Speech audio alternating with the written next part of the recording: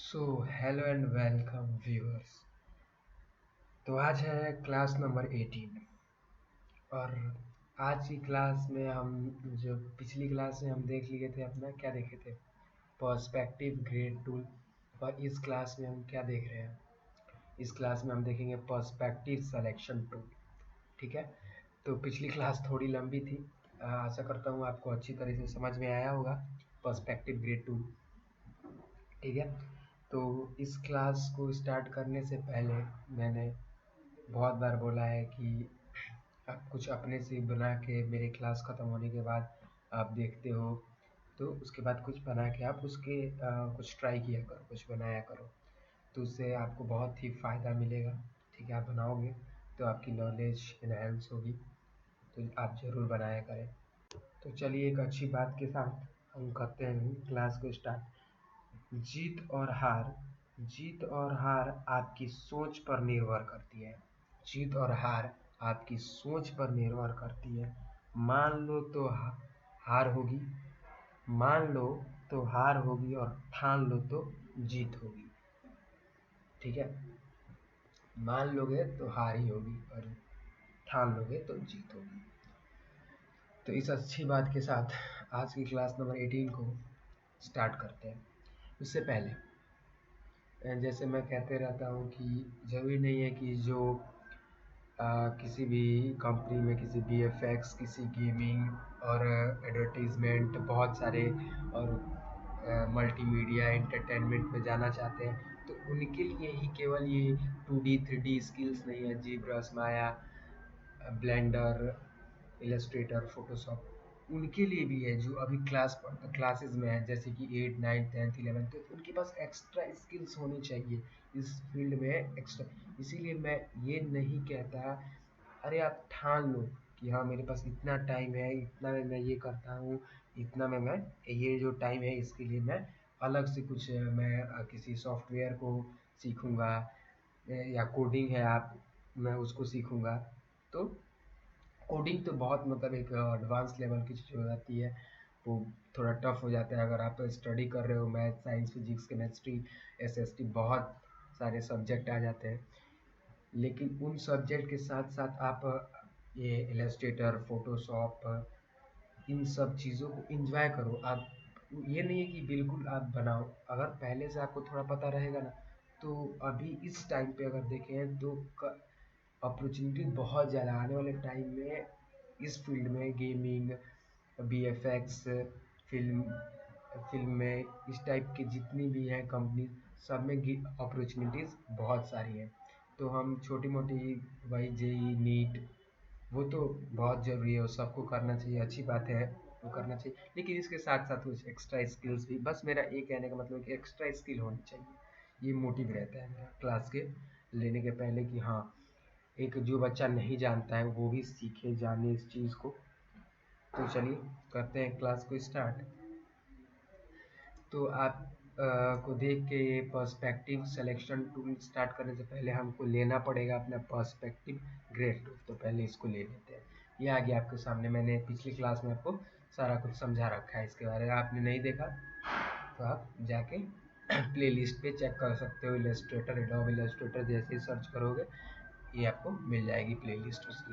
तो वो जो पर्सपेक्टिव वाला क्लास है वो क्लास नंबर 17 है, और ये उसकी जस्ट नेक्स्ट वाली क्लास है क्लास नंबर 18, जिसमें मैं सिखाऊंगा आपको पर्सपेक्टिव सिलेक्शन टूल। ठीक है, तो पहले पर्सपेक्टिव मैंने ये ले लिया। ठीक है, अब इस पर हम कुछ पहले बना लेते हैं। तो कलर का यार बहुत इशू रहता है, कौन सा कलर लें कैसा लें, थोड़ा गड़बड़ रहता है। चलिए ये कलर ले लिया मैंने, यहाँ सेलेक्ट किया हुआ है अभी लेफ्ट ग्रेड। अभी हम यहाँ बना लेते हैं एक दीवार। ठीक है, हमने बना ली एक दीवार इस साइड, फिर एक दीवार बना लेते हैं थोड़ा सा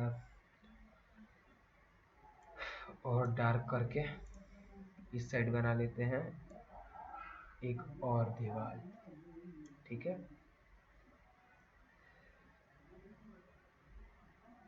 और हम ग्राउंड पे भी बना दें, चलिए ग्राउंड पे भी बना देते हैं। तो ग्राउंड पे हम थोड़ा ये कलर डाल देते हैं। ठीक है, कोई दिक्कत नहीं है। ये हमने बना दिया ग्राउंड पे। अब रहा इस चीज़ को मैनेज करने की बात। तो मैनेज इस चीज़ को आप डायरेक्ट सिलेक्शन से भी मैनेज कर सकते हो, मैंने बोला था। लेकिन अब इससे मैनेज करने का क्या फ़ायदा होता है, अब अभी मैं मैनेज करूँगा तो आप देख पाओगे कि पर्सपेक्टिव सिलेक्शन टूल से इस चीज़ को मैनेज करने का क्या फ़ायदा हो सकता है। तो मैं इस पे गया, पहले इसको क्लिक किया। देखिए अब यहाँ पे आपको चेंज नहीं करना पड़ेगा, मैं इस पर क्लिक करूँगा तो यह ऑटो अपने आप इधर आ जाएगा। लेकिन जब मैं दीवार बना रहा था मेरे को ये साइड सेलेक्ट करनी पड़ती थी, लेकिन मैं ऐसे ऐसे अब सेलेक्ट कर रहा हूँ तो अपने आप वो चेंज कर रहा है, ये चीज़ अपने आप चेंज हो रही है। जैसे कि लेफ़्ट वाला किया तो लेफ़्ट वाला सेलेक्ट हो गया, राइट करूँगा तो राइट, तो ये लेफ़्ट अभी रखता हूँ। अभी इसको करते हैं मैनेज। अब आपको चाहिए, ये थोड़ी बिल्डिंग है जो आप इस कॉर्नर से देख रहे हो और ये थोड़ी दूर तक पहुंची हुई है, ये मतलब समझ लो आप एप्पल कंपनी की बिल्डिंग है।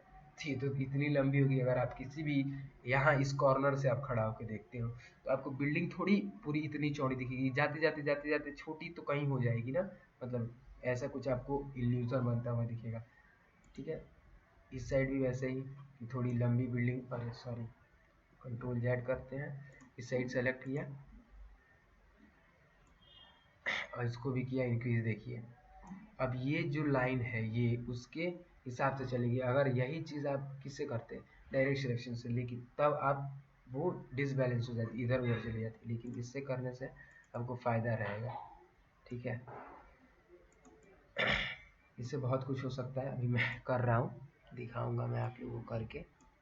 ठीक है, जैसे कि ये मैनेज हो रहा है। अब देखिए मेरे को इसको इस बिल्डिंग को थोड़ा सा ऊपर हाइट पे करना है, तो एक मिनट, ये पूरा पैनल क्यों उठ रहा है।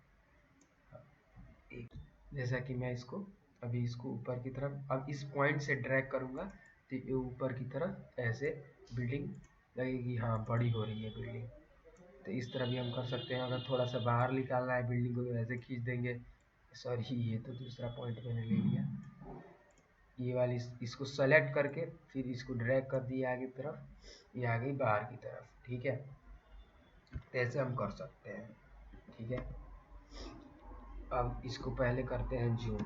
अब जूम करके यहाँ देखोगे तो यहाँ पे इल्यूजन बन रहा है, यहाँ आप उसके हिसाब से भी काम कर सकते हो। देखो जैसे कि ये बीच वाला सेलेक्ट किया तो वो आगे बढ़ेगा। ठीक है, अभी अब देखो ये सब पॉइंट जो बना हुआ है, इस पॉइंट से क्या होगा, नीचे की तरफ पूरे ये आ रहा है, नीचे की तरफ यहाँ जो सेंटर में बना हुआ है, आप इसको यूज़ करोगे तो अच्छे से समझ में आएगा। ये देखिए मैंने लिया ये ऊपर वाली पॉइंट ली, ये अब देखिए ऊपर वाली पॉइंट ली, मैं इसको ड्रैग कर रहा था तो क्या हो रहा था, बिल्डिंग का हाइट बढ़ रहा था। नीचे वाला करूँगा तो डेप्थ डेप्थ सॉरी, इसकी नीचे की साइड हाइट बढ़ेगी, ये वाला बीच वाला सेंटर तो ये लंबाई इससे बढ़ेगी। ठीक है, ये बिल्डिंग की ऐसे, अब इससे क्या, इससे लंबाई बढ़ रही है, ये वाला जो है पॉइंट, इससे हाइट बढ़ेगी। ये वाला जो पॉइंट है इस, ये वाला जो नीचे वाला पॉइंट है इसको ड्रैग करूँगा तो इससे नीचे की हाइट बढ़ेगी। ठीक है, सेम चीज़ है, कुछ डिफरेंस नहीं है। तो इसको हम ऐसे मैनेज करते हैं। ये मैनेज करने के लिए इससे थोड़ा सा हमें एक्स्ट्रा और कुछ मिल जाता है। अब वही डायरेक्ट सिलेक्शन से करेंगे तो वो चीज़ें हट गई, अब थोड़े कम पॉइंट्स आ गए। ये अब ये उस चीज़ को क्या समझ में आ रहा है, इस चीज़ को आ रहा है। अब देखो अब ये चीज़ है, मैं डबल क्लिक किया और कहीं भी ऐसे रैंडमली कहीं ये बढ़ रहा है, कोई वो है नहीं, रैंडमली बढ़ रहा है। लेकिन आप जब इसको लोगे पर्सपेक्टिव सिलेक्शन टूल तो देखो अभी 5 पॉइंट यहाँ आ गए, यहाँ से ये पॉइंट हट जा रहा था तो पॉइंट्स बढ़ गए, इससे आपको मैनेज करने का और तरीका बढ़ गया। तो यही चीज़ है। तो इसमें कुछ ज़्यादा वो नहीं है, ज़्यादा डिफ़िकल्ट कुछ ऐसा नहीं है कि हाँ नहीं आएगा और ये चीज़, तो ये है बहुत ईजी। ठीक है, तो बस आज की क्लास के लिए बस इतना ही, मिलते हैं नेक्स्ट क्लास में।